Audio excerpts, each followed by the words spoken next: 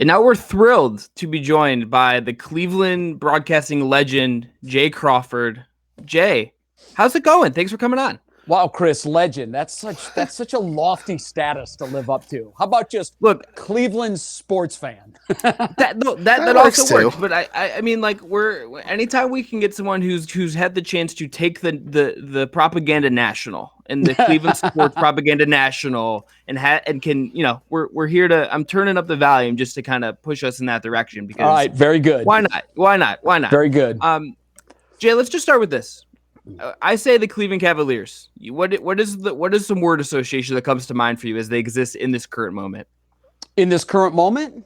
Yeah. What do you think of them? I mean, invisible. They confuse me. Oh, invisible. Okay, invisible. I like it. I like this. Here we go. Invisible, irrelevant, disappointing.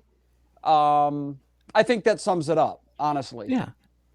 So what is the root cause of that to you? Because I think there's a bunch of different things. Like looking at this, covering the team. Well, losing. It's that. But I think even for me, like, I almost wonder how much it goes deeper than just like the organization is weird. I think like just they're kind of like a weird organization. They do things weirdly. Like the Verjao thing is what it is. But like I think everything just with this team just ends up being weird, and that I think that contributes to it as much as the losing stuff. Like they have guys that I think people could get excited about. People obviously think this absolutely. The Colin Sexton stuff is what it is, but I think even like Isaac Okoro does stuff where you're just like, this guy has something really interesting. Darius Garland has made a real leap, but they're weird. They're just a weird organization. That's well said. At the risk of sounding insensitive to Anderson Verjao, who I have to admit, he's one of my all-time favorite Cavs. Yeah. He will always hold that special place in all of our hearts for 2016. We wish desperately that it was Anderson Verjao of 8 years ago, but it's not, and it's never going to be. And I understand what they're doing. Bring them in, little wave to the crowd, tip of the hat, swan song, give the fans a chance to say how much we admired and loved him. But it's a bit of a freak show. It's a bit of a sideshow. This is professional sports. This is the NBA. This isn't Jay Crawford getting called to pitch for a minor league team as a publicity stunt. This is serious stuff. And the fan base takes this stuff very seriously. And on one hand, like I said, I don't want to sound insensitive to the idea because I love Anderson Verjao, but it's just a bit of a, you're mailing in the tail end of the season. We're going to finish either 14th or 15th again in the Eastern Conference. And I just think that it sort of does sum up where this franchise is. Weird is a perfect word, Chris. There's all kinds of bizarre things that have happened. Look at the coaches that have been here. David, for a second, let's tell ourselves that for a moment in time, for a 7-year season collectively, we had the opportunity, or 9 years, we had the opportunity to have the greatest player on the planet. Yeah. But more than that, I'm talking under the current ownership group. So yeah, when I knew I was coming on with you guys, I did this about 6 months ago to a buddy of mine that was insisting that Dan Gilbert's the best owner that Cleveland sports has ever had.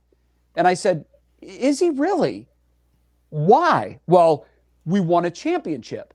So I said, no, I'm going to dispute that. In fact, I'm going to make an argument, and this is a hell of an argument, that he may be the worst. And here's why. So last night, I went through and compiled the following numbers. I have a little whiteboard. I love it. No, I love that. Anyone who's not watching this on video is missing a treat. That's all I'm going to say. If you're listening to this in audio, you're missing out. So Dan took ownership of the team in March of 2005. So I just went from 2006 on, all of the seasons in which he was the primary owner to date. And I put some numbers together, and they're fascinating, to be honest.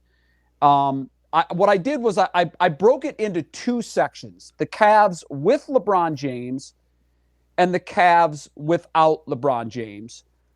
And we're approaching 7 seasons now of Dan Gilbert being the owner of the Cavs without LeBron James. At the end of this year, it will be a full 7 seasons. And when I show you these numbers, You guys are going to fall out of your chairs. I hope you can see them. So No, it's much better handwriting than I have. What you have here are 9 seasons with LeBron James in the Dan Gilbert ownership regime. The Cavs are 484, 225 with a 655 winning percentage. Without LeBron James, almost 7 seasons now, the Cavs are 156 and 368 for a winning percentage of 298. Now, here's where it gets even worse. In those years where they had LeBron James, they made the finals enough. They won a championship, so everybody thinks that Gilbert was the best owner in Cavs team history. But I'm going to give you a number of what the Cavs were in the NBA Finals during the LeBron James years. 7 wins, 19 losses in the NBA Finals. 7 wins, 19 losses in the pinnacle. 4 of those obviously coming in 16 when we won it. Twice, the Cavs were swept. Once by the Spurs, once by the Warriors. Lost another one 4-1, 4-2 to the Warriors. Now I'm going to give you the number that will blow your mind. The Cleveland Browns have, since that time, 2005, been pretty much the national standard for incompetence in sports. Am I wrong? No, you're not wrong. You're not wrong. I am going to show you the Cleveland Browns winning percentage going back to the same time Dan Gilbert became the owner of the Cleveland Cavaliers. The Cavs without LeBron are 298. The Browns over that same stretch, they also didn't have LeBron. Their winning percentage is 321. So that's absurd. We hold the Browns up as this bastion of incompetence. And by the way, rightfully so, until this latest regime came in. But when you take LeBron out of the mix, which, by the way, him being in Cleveland was of no doing from Dan Gilbert. In fact, you can make the strong argument he's not here because of Dan Gilbert. Rightly or wrongly, it was their personality conflict that drove him to Miami, and he came back in spite of Dan Gilbert. He came back for one reason. He wanted to win a championship for Cleveland. He did that. And even though Dan Gilbert spent a ton of money and put a lot of pieces around LeBron, they had the misfortune of running into one of the best teams I've ever seen in any sport in my lifetime in the Golden State Warriors. And that's unfortunate for Dan and for LeBron because it should have been 3 or 4 titles, if not for this all-time juggernaut. My point here is when you're 7-19 in the NBA Finals with the greatest player on the planet, it's the GM's job and the owner's job to give this greatest player on the planet all of the resources that he needs to win championships. So the fact that we won 1 in LeBron's more than 10 years here, 9 with Dan Gilbert as the owner, I think is an indictment of Dan Gilbert, not an endorsement. And when you look at the coaches that he brought in, of all the coaches that Dan Gilbert has hired, name a good one. Hurry up. Ty Lue. Is he? I think Ty Lue's a good coach, but here's what I'll say to that as a caveat to this. Dan's choice by all accounts was David Blatt. Yeah. Griff wanted to hire Ty. Yes. Correct. And it was a similar situation with the fact John that Blatt Daylight was now. ever here as a head coach. I mean, everybody in the NBA world looked at that hire and went, "Wait, what? Yeah. What?" Like he was very well thought of overseas, was gonna join Steve Kerr's staff with the Warriors and like get a chance to acclimate to the league.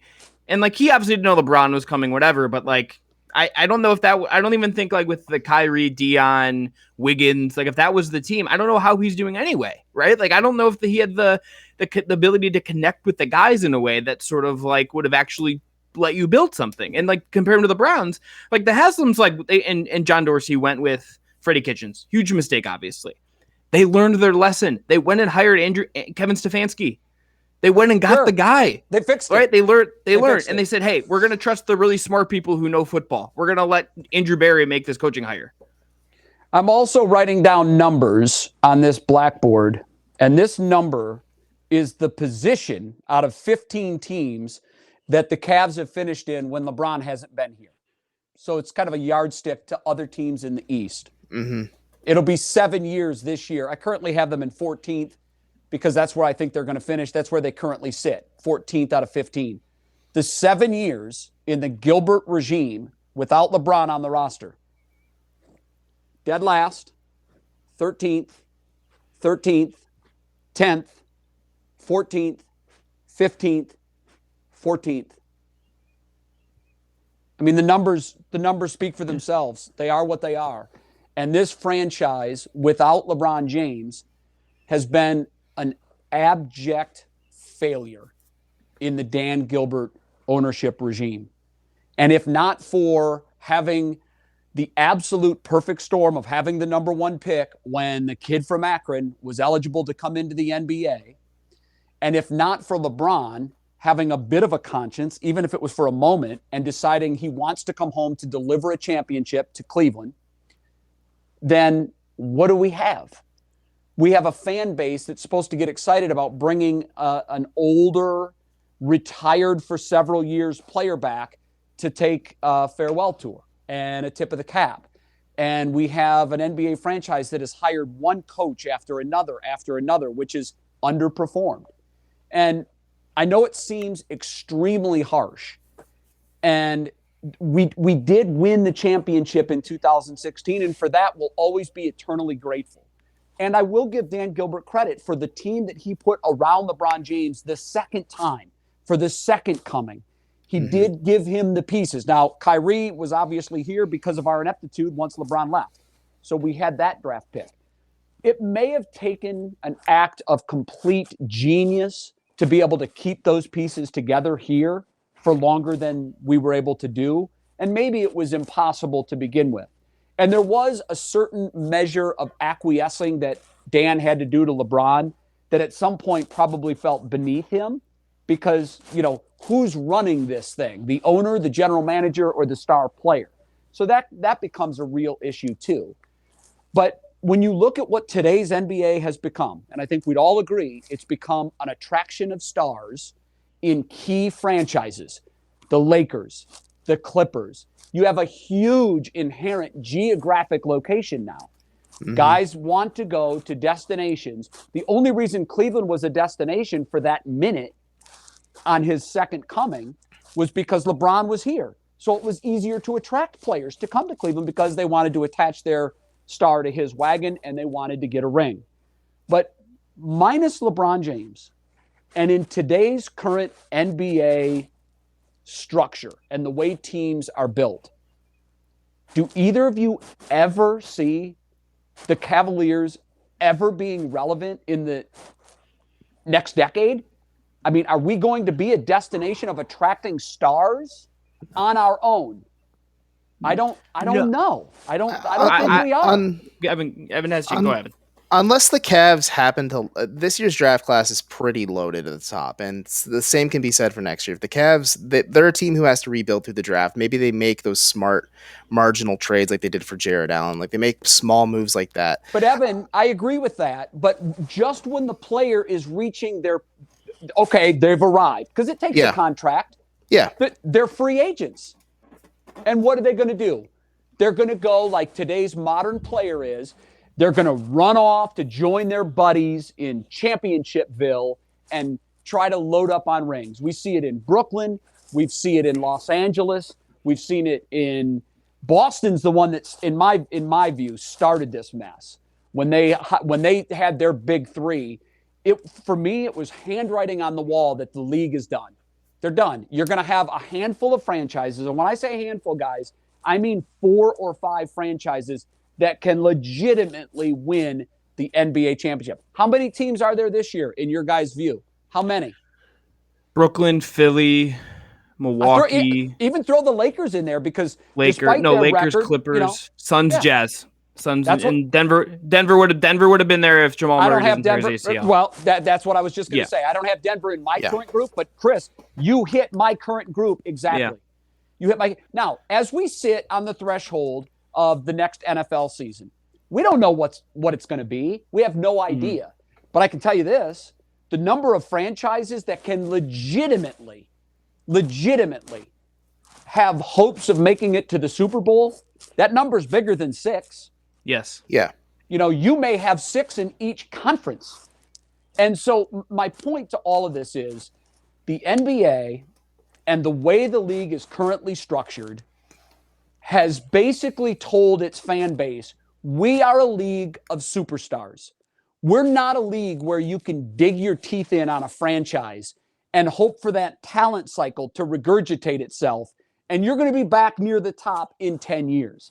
The league isn't built that way because, Evan, I'm excited about the draft too, like you. I have high hopes about the draft. But I'm aware of, it's the same thing in Major League Baseball. The Indians can afford only to draft and develop talent. They can't afford to retain talent. Now, I'm not criticizing them for the Frankie move. That would have been suicide, franchise suicide, had they decided to give Frankie what he was asking. Which, by the way, has he lived up to that contract?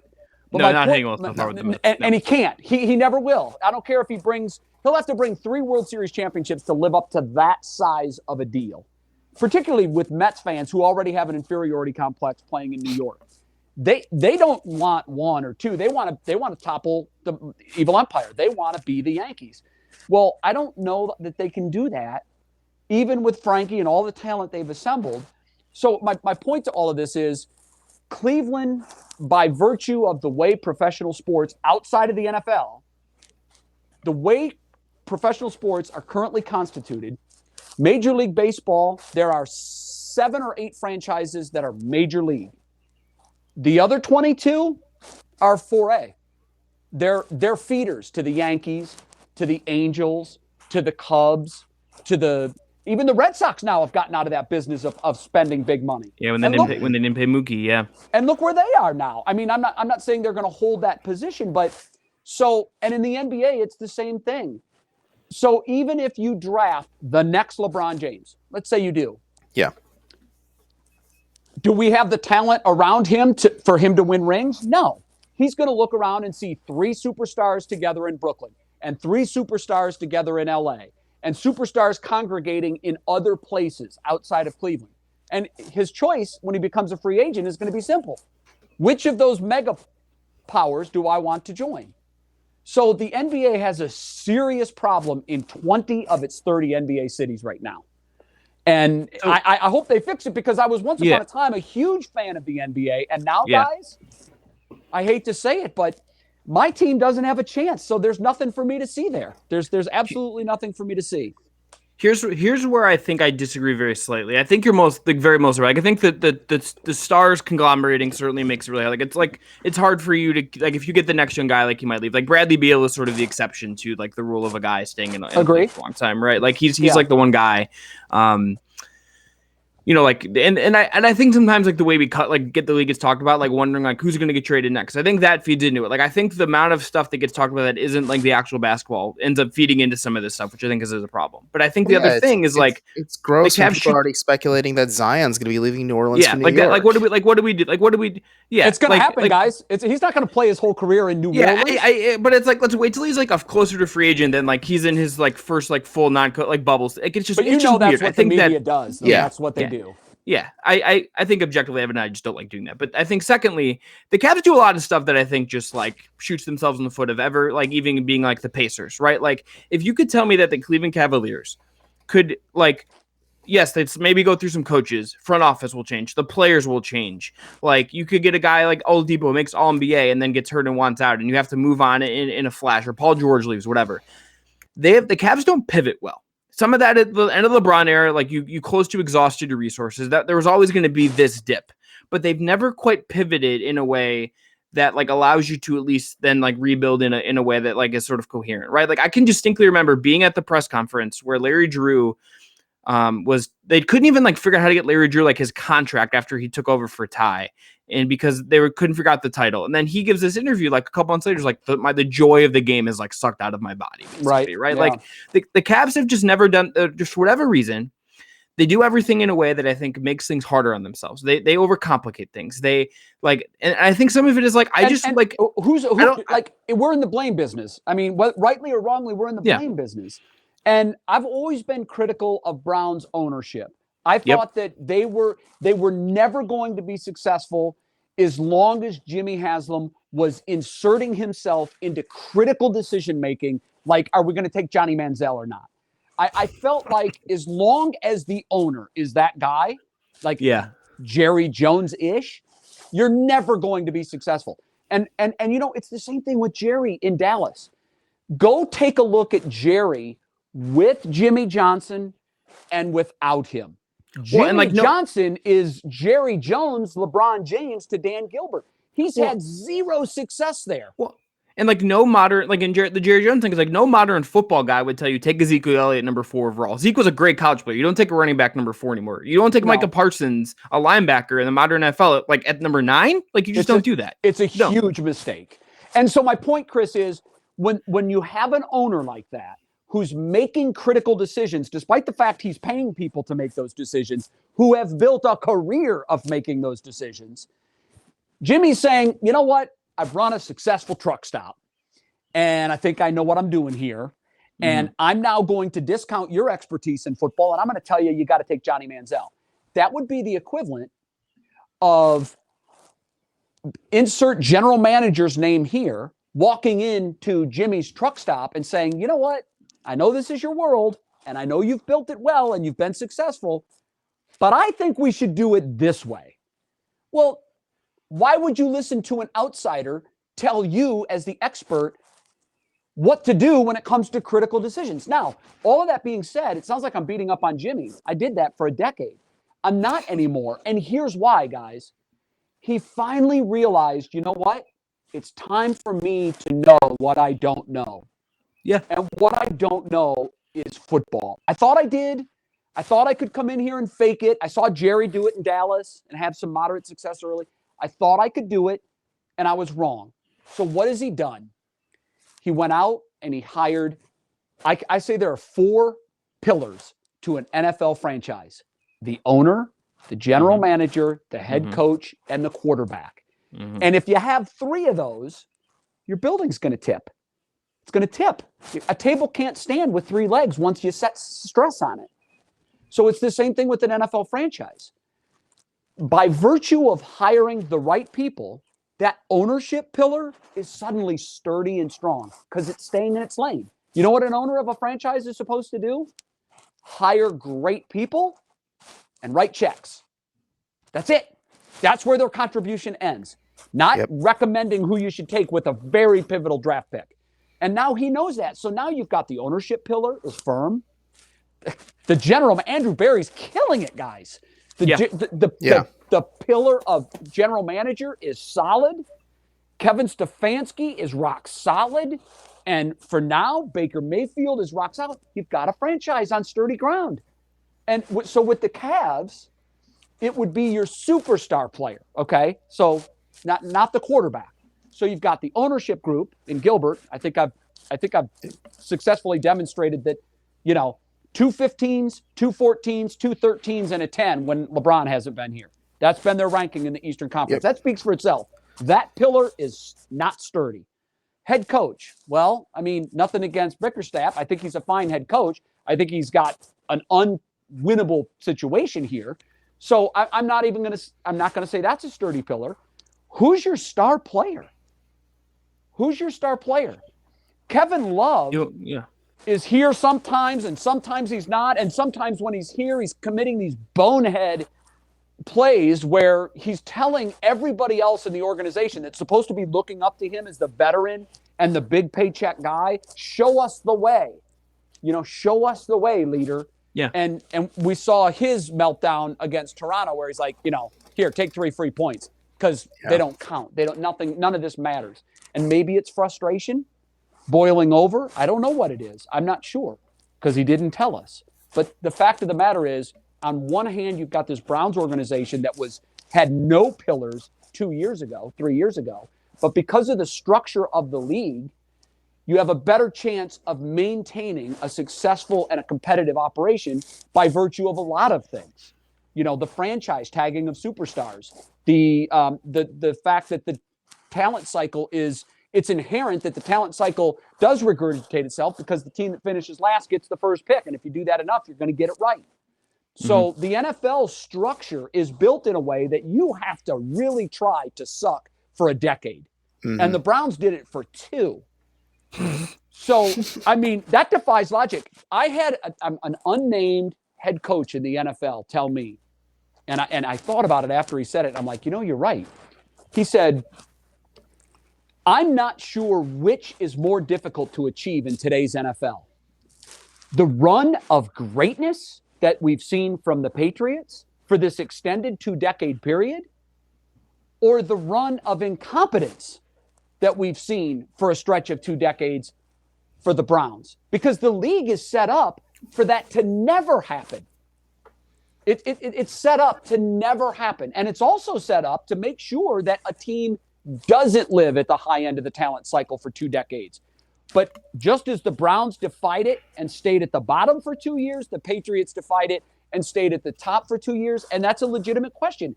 I don't know which one is more difficult, to stay at the top or to stay at the bottom, but they're equally difficult in my view. And the Cavs have had 2 different sort of tenures or regimes during Gilbert's ownership. They've had LeBron when they've been at the top, and without LeBron, 2 15s, 2 14s, 2 13s, and a 10. That's where we are. So that goes to my, where are the Browns now? Are the Cavs now? My answer originally was invisible, irrelevant, disappointing. That's why. So I think the thing that is really important to note about this, and I think agree with. Think about who the Cavs have hired as executives under Dan. Yep. Let's say Danny Ferry, but then Chris Grant gets the job. Yep. Okay. Then who's hired after? David Griffin did a great job, but David Griffin was a guy that was inside the organization, right? Griffin, Dan leave by all accounts due to Griff wanting full control, Dan not willing to give it up. Okay. I'm glad you brought that up. I'll come back to that, but go ahead. Yeah. So then after Griff, they go, hey, I'm going to try to hire Chauncey Billups, who I know really well. Yeah. Okay. And give him full control. He's never worked in front office work. Great player, etc. Okay. Doesn't work. Who does he hire? He hires Koby Altman. Okay. Yeah. Koby Altman, another guy that was internal. And Koby Altman has now just hello, Koby. I would love to just talk to you for 10 minutes on a Zoom, please. For the love of God, I have questions. No, it won't happen. It won't, and it drives me insane. And this is my personal voodoo doll for myself. Then when there's a little floating out there of like who the Cavs might hire if Koby were to be let go, it's Brock Aller, who is really close with Dan and now works for the Knicks. It is another cool, like not technically internal hire promotion, but it's another guy that Dan knows. Go outside of your comfort zone. Go hire the smartest guy who works for the Nuggets or who runs the Raptors G League program. Go hire that guy. So Chris, or woman, whoever, just hire that person. You're using logic now, and that doesn't work. Because when big egos are involved, what do big egos do? Big egos are always the smartest guy in the room. Yeah. Look at Jerry in Dallas. I have talked to former Cowboys players, Hall of Fame, marquee guys that will never say this publicly, but have told me privately. 2 different players have told me privately, as long as Jerry owns this franchise, they will not win another Super Bowl. Unless he completely steps away and does what Jimmy did in Cleveland. Write checks and hire the right people. Don't hire your friends. Chauncey Billups, I love Chauncey. I worked with Chauncey at ESPN. I found Chauncey to be intelligent, engaging. He knows the game, but there's no track record. Well, he's apparently going to be like a great head coach, but he went and like worked for Ty. Yeah, and he might get hired this cycle, but it's like you were going to be like, hey, studio analyst who I know and like have a relationship with, and then put him into the head of my whole organization. That's galaxy brain stuff. It is, and so I'm glad you brought up Griff, because in my view, if you're going to look for a critical turning point in this franchise's long-term history, it was the divorce with Griff. Mm-hmm. Yeah. Griff knew what he needed to be successful here. He needed to be the guy that made the decisions. And I don't know where you are on him. I was a huge fan. I thought that he was the guy that this franchise needed, not just in the LeBron era, but beyond as well. He knows the game. Even just as a human being, I got to talk to him a couple times after he left when he was working for NBA TV, and I had never talked to him in person before. Maybe it's in media events on stuff and whatnot. But he was like, "Hey, how are you, Chris? Like, I've been reading yours." Like, he was like an actual human being with me, and I understand that right. I understand there is a wall of separation between us and I understand we're not going to get Kobe every single week, but like David talks to human beings. David Griffin talks to people in the media and other people like they're actual human beings. I read the Koby Altman statement the other day. I see how he, like, the one press conference, it doesn't feel like authentic. It feels very forced. It feels very like, what are we doing here? And then like, it just doesn't, something about it feels like off. And I would love to know, like, you'll never get this on the record, but like, if I could ask the locker room all one question, they all had to answer me honestly, I would want to know what they think about how they interact, what interacting with Kobe is like, because I get the sense that they trust JB and like JB, but what do they think of upper management? What do they think of Kobe? JB's not the problem. He's not at all. But he's going to be a successful coach. Well, he's been the guy that every single day, because he has to talk to the media all the time. He's out there taking their fire. He's out there taking their fire. And he, to his credit, is like, when the player does something dumb, it's like, hey, my fault. We got to do, like when Kevin didn't take shots the other day, he said, hey, we got to move the ball to better. He's never going to play the blame game, and that's a really smart thing to do. It's a commendable thing to do. That's why he'll be a good coach in this league. It just won't be here. Yeah. It won't be here. Yeah. No, it's just funny you mentioned Griff, and he's such a people person, and that's the biggest bridge that you really can't teach people is, I don't know, Kobe, just like Chris says, feels inauthentic at times. He sometimes feels like a used car salesman is what I tell him. Like, no matter what, Kobe Altman's overwhelmingly positive about any movie he makes. Like, when they obtained Isaiah Thomas, everyone wanted to ask him, well, what's going on with the hip? Is he hurt? Is he able to play? And he's like, I don't want to talk about Isaiah's injury. I want to talk about Isaiah, the player. Like, that was a red flag in itself. Never mind the elephant in the room. Yeah. Never mind that. Yeah. Yeah, I know. It's almost, I tell you, I feel bad for Kobe. I feel bad for people inside the organization, because if we look at videotape and we watch carefully as they're blinking, they may be sending us Morse code for help, because they're trapped, guys. I mean, you know where they are. They're in untenable situations with an owner who believes that he knows more about the sport than all of them put together.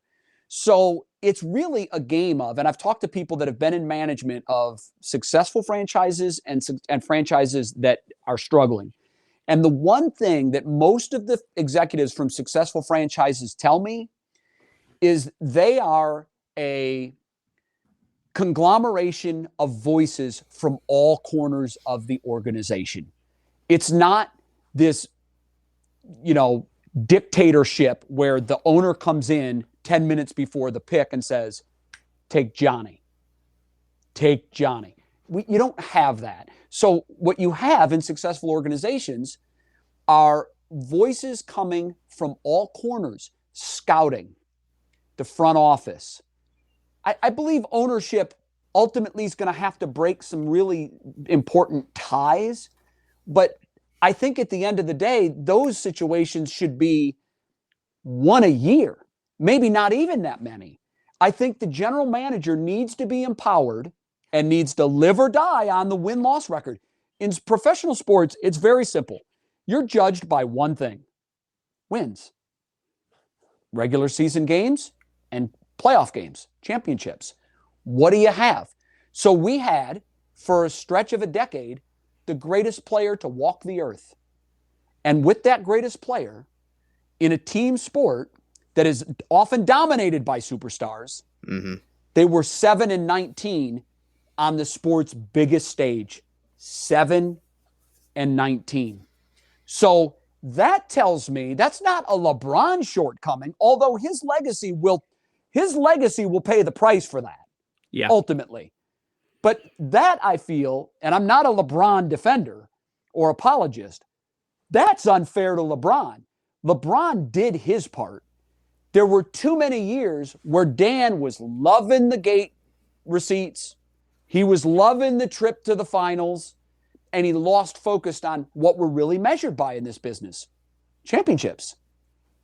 And when you have the best player on the planet for a decade and you bring one home and you're 7-19 in NBA Finals games, that's an epic fail. And that lands on others in the organization, not LeBron. And ultimately, you know the way this goes. It all trickles uphill. At the end of the day, who did I blame for the Browns' ineptness? Well, you can't blame Hugh Jackson. He was only there for a minute. And you can't blame Mike Pettin because he was only there for a minute. And at some point, you know what it becomes? What's the common denominator? Yeah. We went through many general managers. We went through many head coaches. We went through many quarterbacks. Stink, stink, stink, stink, stink. So who's the one face that's in the room constantly that hasn't changed? Well, that goes to the very, very, very top. And good owners embrace that. And they wear that. And bad owners will look down and say, you know, we had the wrong GM. Well, why do you have the wrong GM? You hired him. Why did you have the wrong coach? You picked him. Why did you have the wrong quarterback? You were in the room when they drafted him, overriding everything your scouts were telling you. So, you know, at some point, the owner has to look himself in the mirror and say, so what am I without my greatest player, who was here by chance and then ultimately by his own decision? What am I without my superstar? You're 2 15s out of 15 teams. You're 2 14s. You're 2 13s. And you're a 10 out of 7 years. That's not acceptable. And so what's happened to the fan base? Guys, doesn't 2016 seem like 100 years ago? Oh, it does. Yeah. 2018 seems like about 10 years ago. But you know what? Like, so I have friends in the national media that look at me and that when they see that I'm not tweeting about the Cavs or I'm not like wearing my fandom on my sleeve like I did during the successful years, they hit me up and they're like, well, did you cash in your Cavs jacket? Not a fan anymore? Here's the problem. At some point, you have to look at yourself as a fan and say, okay, what role do I play in this?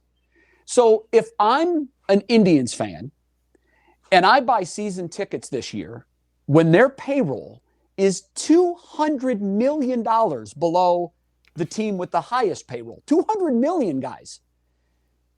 That's $8 million per rostered player. And you're by far the lowest payroll in baseball. And I'm still supporting with my fandom. At some point, we have to ask ourselves as fans, what role are we playing in this process? Now, because we have Tito and because we have great pitching and we've had incredible power from our lineup, we're a game out of first place as we sit here today, which is mind-boggling to me. I still think this team will finish slightly below 500. I don't think we'll win the division. I don't think we'll compete. But if we do, that's a testament to Tito. That's because that one corner, that pillar of coach, manager, is as rock solid as there is in all of sports. Tito is the guy that can turn a 70-win team into an 80-win team. An 80-win team into a 90-win team, and a 90-win team into a team that wins 100. He's that valuable in my view. But fans have to look at what ownership did, and do we support that? Do we continue supporting that with our money and our time and our energy? Or do we try to use what little voice we have and say, no, this is not acceptable. Cleveland was in the World Series 4 years ago. And you slam shut the window. And I'm not even talking about the Lindor thing. Did we have to get rid of Carrasco? I mean, Clevenger, Bauer, all of the we've hemorrhaged payroll. Hemorrhaged. So what message does that send to the fan base? White flag. Nothing to see here. So fans use their voice. So what I tell my friends in the national media as to why I'm not wearing my Cavs fandom on my sleeve as I once did, give me a reason. Give me a reason. It's like the boyfriend or the spouse of someone who keeps coming back despite the abuse. Well, why are you going to do that? You know, they've told you what they think of you by their treatment of you. So why are you going to keep coming back? You're perpetuating this cycle. So break it. So I'm not saying I'm not a fan. I don't invest 2.5 hours a night. You know how I follow them? I have the app on my phone. I get score updates at the ends of the first, second, third, and fourth quarter. During close and late games, I flick on and I see what's going on. And during those moments when I've turned on, last night was a perfect example. During those moments when you turn on, I judge the team based on what I'm seeing, not what I'm reading or box scores. Mm-hmm. What am I seeing? And, you know, you watch that overtime and you're like, wait a minute. How was this game even tied after regulation? So, I mean, that's where I am. Yeah. I love this team. I love this franchise. I want nothing but success for it. But I don't want to be an enabler. And look, I'm sure you guys see this in response to your coverage compared to what it might have been in 2016. Everybody cared in 2016. Why? We were visible, we were relevant, and we were living up to expectations, which is the antithesis of what we are now: invisible, irrelevant, and disappointing. So it's not necessarily a which came first, the chicken or the egg. Does the team have to be good before they get fans, or do they get good because they have fans? That's very simple. If your team is awful, and that's why the Browns violate this rule. Typically, if your teams are awful for a stretch, fans just say, "I don't care." Yeah, but this city and their fan base, that was masochism with the Brown stuff. It's just like asking for pain. It's just asking to hurt. I've never seen another city or another sports franchise that has that resilient a fan base. The Knicks are the only one that I can think of. Yeah, the Knicks are the only one I can think of. You're right, but they're also disgusted too, like we were during. Well, and the Browns fans are like going outside and like drinking tons of beer in the cold and like in the winter. We had a parade at 0-16. Yeah. We had a parade. Yeah. Who does that? And you know what? The following year's opening game, home opener, everybody in the stadium, you know what we're talking about? Hey, we could turn this thing around. We could be a playoff team. Only in Cleveland and only with the Browns. The other two teams don't have that kind of fan equity. Yeah, I think if you could get there, it would take time. You need to invest in it, and that's not something the Cavs have done. I think it'd be a fair thing to say. That's the best thing I've heard today. They have not invested in that, and as a result, you can put a shiny coat on an old arena, but the saying goes, "You can dress a pig, but it's still a pig." Yep. And here's how you get fans back invested. Here's how you do it. You hire the best mind in the game to run your operation. That's move one. Move two, which should happen 15 seconds after move one, is the owner completely divorcing himself of the day-to-day operations and the major decision-making within the organization. And I know that might sound crazy to some. You got $1 billion investment. You're going to leave it in the hands of professionals. Celebrities that have all the money in the world, when they want to travel somewhere, they pay someone to get them there because that's what they do. That's their business. Deliver me safely. So what Dan Gilbert needs to do is find the best driver in the world, the best driver in the NBA, and you bring him on board. You got enough money to pay him whatever he wants. You bring him in and you tell him, get me there safely. Navigate me through the post-LeBron era. Find my next superstar. Find a way to attract a second superstar. Because that's going to be imperative, guys. You're not going to do it with one. You're just not. You're going to need 3 years in a row of number one draft picks, the quality of LeBron James. Not going to happen. So, like Rick Pitino once said in Boston, Larry Bird ain't walking through that door. Okay? That ship has sailed. So what you have to do is you have to find the best mind in the game and empower him to run your franchise the way he sees fit, with the idea that this is going to be a completely accountable position. I'm giving you carte blanche, and I don't even need to watch the games. I'm going to look at the win-loss record at the end of the year. That's how you're going to be judged. I'm not going to make micro-snap judgments after 9 games. I'm not going to do that. I'm going to judge you at the end of every season. We're going to have a sit-down, and we're going to adjust either our point on the horizon or what we're doing. So move 1, get the smartest guy in the game. Move 2, divorce yourself of the day-to-day opinion making and the decision making and the thinking that you're an NBA superstar mind. You're not. Then you got to get the right coach in here, and then you got to let the pieces fall where they fall. You draft wisely. There are gems in the 20s of the first round. This league is littered with success stories of guys that weren't lottery picks. Littered with them. You got to find them. And they're out there. But a guy who's rich and loves basketball probably isn't going to find them. He may love the game and he may think he has a great working knowledge of the game.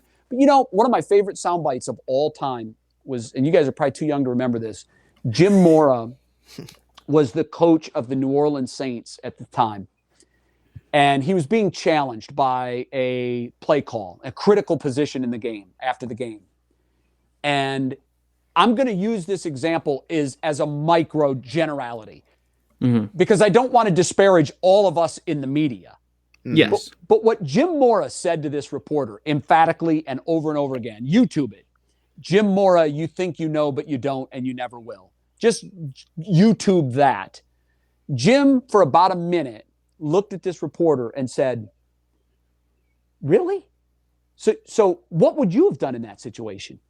And I don't know what the reporter said, but the point and what makes it such a memorable soundbite was Jim saying, you know what? You guys in the media think you know. You think you know what goes into the game plan. You think you know all of the intricacies and all of the nuance of a play call in a given situation in a game. You think you know, but you don't, and you never will. And the reason that resonated with me is because most of us, for our livings, have been sports observers. And I'm not saying that you've had to have played the game at a high level to have that super understanding of the game. I think that's nonsense. But what I do believe is, and I learned this when I worked in Tampa, I sat in on some of the Buccaneers position coach meetings before games for a story. No tape. I could just take what I could remember out of the room with me from my reporting. And I just remember thinking, I consider myself a pretty knowledgeable football fan on tactics and the difference between a 4-3 and a 3-4 and a cover 2 and a single high safety. I know what all of those principles are. And I think I have a pretty good working understanding. I've been doing this for 33 years. But what struck me sitting in on those meetings was we tend to have this idea that we have this perfect working knowledge of all the pieces and how they come together. And we really don't. And Jim was right. We know superficially, but when you go 5 layers deep, and the reason that I say that from the Bucs example was there was a play that when I watched it, I was convinced, and I won't say names, but I was convinced that the weak side corner made a terrible error in judgment. And it was his fault that they were beaten for a deep touchdown. And I never voiced that opinion on air. I just thought at the time, oh, wow, that was him. That's him. And most of my friends in the media thought that, and some of them reported that and wrote columns about it. When I'm in that meeting room, they call back to that exact play. It was a defensive backs meeting room. And they called back to that exact play as an example of how you not carrying out your assignment on a given play can make your teammate look like he's the bad seed, okay? And they showed that play, and then they were highlighting what everybody's responsibility on that play was.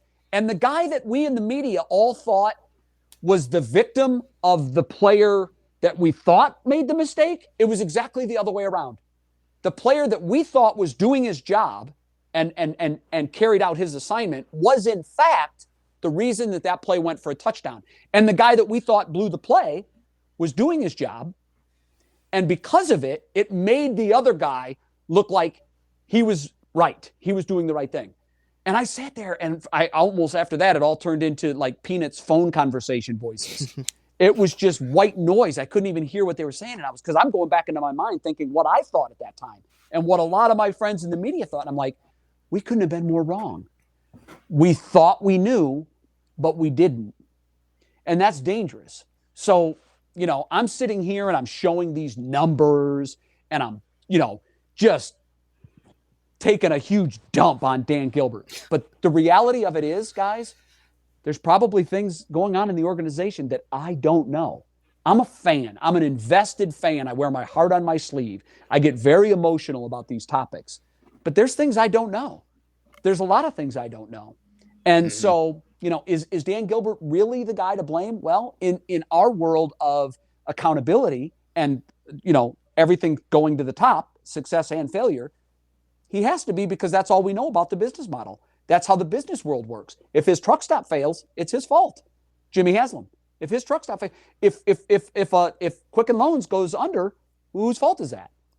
Well, there might be a lot of mitigating circumstances that we don't know, but our snap judgment is, well, this guy at the top, when it was successful, he got the credit. And when it's a failure, he gets the blame. And that's the world we live in. Yeah, I think that's right. We've taken up so much of your time. This has been incredible. Can't wait to have you on again at some point. Absolutely, Jay, guys. Yeah. A pleasure. Thank you so much. I had fun. I hope I didn't go too long. And No, this was incredible. For you to come on and tell us everything that you said, and we're on the same page. And there's a lot of stuff that I think even You just are 1 hour phone call guest. with Koby Altman would be incredible. You are also the first guest to come with a prop too, so huge props. Yeah. And you know what? You guys can't see it. My Cavs logo expired on my laptop, so now you just see Jay's MacBook Pro. But check out this little thing that I got going here. Huh? Yeah, there you go. I mean... I have... This is my only Cavs thing right here. LeBron mugging down Curry from the finals in 16. I have their 50th anniversary book. Yeah, no. That's amazing. Amazing. That's awesome. All in? Guys, my problem as a journalist is I care too much. I can't divorce myself. And that's why when I was at ESPN, I was constantly wearing my Cleveland fandom for all to see. And guys, those weren't great years for the Browns and the Indians, but the thing of it was, a fan is a fan, and I can't divorce myself from. That's why I could never say that I'm an objective member of the media. I don't know that anybody can be. We all have horses in the race. Even if we're covering a team we don't love, we build personal relationships. We have some relationships that are sour, and that manifests itself in our coverage, whether we believe it or not. So I try to be as fair as I can, and I try to be as blunt and as honest as I can, particularly when it comes to my teams, and particularly when it comes to being more on the negative side. I want my teams to win the championship every year. Not obviously, it hasn't happened. I've got one in my entire 55-year lifetime. But the point is, it may sound like I'm being overly harsh on the Cavs, and diehard fans may listen to that and try to attack me and say, "You don't care about our." I do care about our team. I care about our franchise so much that it pains me when I watch 15, 14, 13, 10. That's unacceptable. Yep. So what if this franchise never had LeBron James? Does that mean that we're going to have 4 14s, 4 15s, 4 13s, and 4 10s in the Dan Gilbert regime? He was the only thing that kept us from being a bottom feeder every year. So LeBron, for that, thank you. Jay, and also, thanks so much. Jay, we thank you as well for your time. We really appreciate it. Yep. Take care, guys. Bye, Jay. We'll see ya.